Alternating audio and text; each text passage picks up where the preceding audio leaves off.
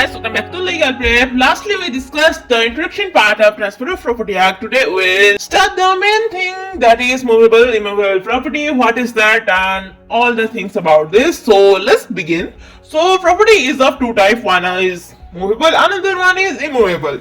Transfer of Property Act 1882 not defines what is movable property. Therefore, it is to be defined with the help of other status.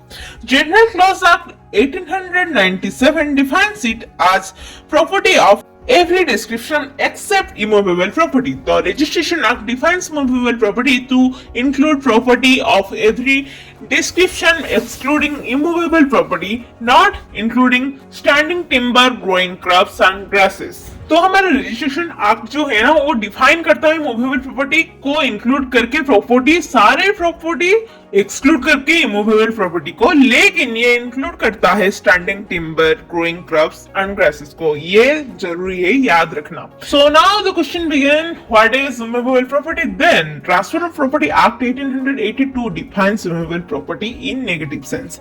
Immovable property doesn't include standing timber, growing crops, grasses, standing timber, that is saguan, and trees fit to use for building or repairing house. This is an exception to the general rule that growing trees are immovable property. Growing crops or sugarcane, it include all vegetable growths which have no existence apart from their produce, such as pan leaves, sugarcane, etc.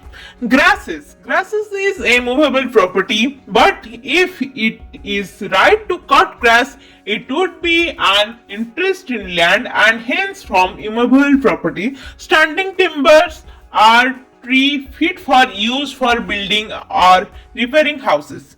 General Clause Act 1897 not define exhaustively. It states immovable property shall include land, benefits to arise out of land, and things attached to the earth or permanently fastened to anything attached to earth. The Registration Act expressly includes under immovable property the benefit to arise out of land, hereditary allowances, right of way, lights, farrier and fisheries. तो immovable property को मतलब एग्जिस्टिवली define नहीं किया है general clause act ने, बस यही बताता है कि इमूवेबल प्रॉपर्टी जो है वो इंक्लूड करता है लैंड और जो बेनिफिट आता है उस लैंड से, और things attached to earth, permanently fastened to anything attached to earth, मतलब जमीन के जुड़े हुए जो चीजें होते हैं और उनसे जो बेनिफिट्स आता है, लैंड हो गया, ये सब इमूवेबल प्रॉपर्टी में आता है. But the registration act expressly include under immovable property. तो हमारा registration act ना expressly बताता है क्या क्या है immovable property में. The benefit to arise out of land, जो land से benefits आता है वो immovable property में जाएगा. Hereditary allowances होता है, right to way होता है, fisheries, ये सारे इमूवेबल प्रॉपर्टी में ही जाएंगे. तो ट्रांसफर ऑफ प्रॉपर्टी एक्ट के अंदर मूवेबल प्रॉपर्टी और इमूवेबल प्रॉपर्टी के बारे में तो कुछ जानकारी हो गई. Now let's talk about essential of valid transfer. According to Transfer of Property Act, transfer of property means when a living person conveys the property in present or in future to one or more persons or himself and one or more other person, and to transfer property is to perform such act. ये define हुआ है section 5 के तहत. Legal rules for a valid transfer R: transfer must be between two or more living persons.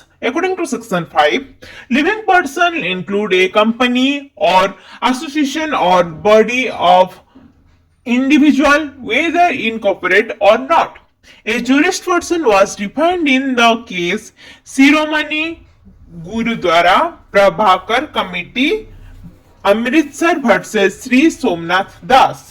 In this case, the court said that a juristic person can be an individual, firm, corporate company, association, society, not including a partnership firm. Any individual who can sue or be sued under law would satisfy this requirement. The transfer must be inter vivos. Therefore, they can't be transferred to a person not in existence at the time of transfer.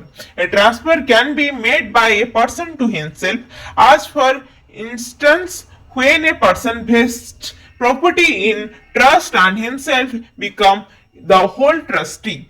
The transfer must be though a conveyance. Conveyance can be present or future. However, conveyance can take place only if there is a creation of a new title. Therefore, there should have been nothing with the transferee before the title. Property itself must be transferred. The transfer of property may be made to take place with immediate effect or to take place on a future date. However, the property must be in existence at the date of transfer. There can be no transfer of future property. Example: A transfer his property to B for life and then to C. The transfer in favor of B is present, but the transfer in favor of C is future transfer.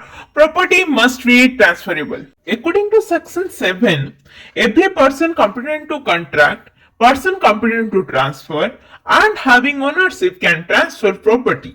A minor can be transferee, but a minor is not competent to be a transferor.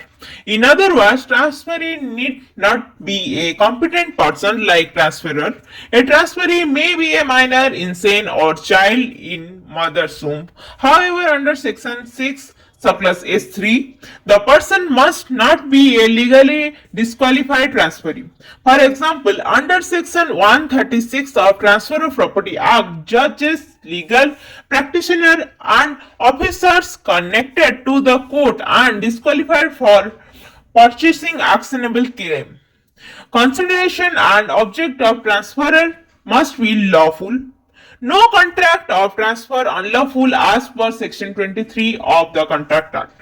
Transfer must take place as per mentioned prescribed under the act which is in section 9. So अगर आपके पास एक property है उसको transfer करने के लिए आपके पास ये सारे कंडीशन तो फुलफिल होने चाहिए.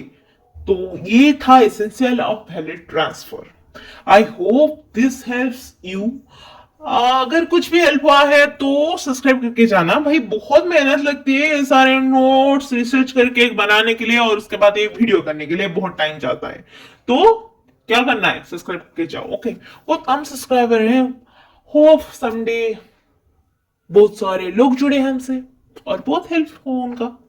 ओके, अगर कुछ गलत हो गया तो मुझे कमेंट सेक्शन में जरूर बताना. Thanks for watching.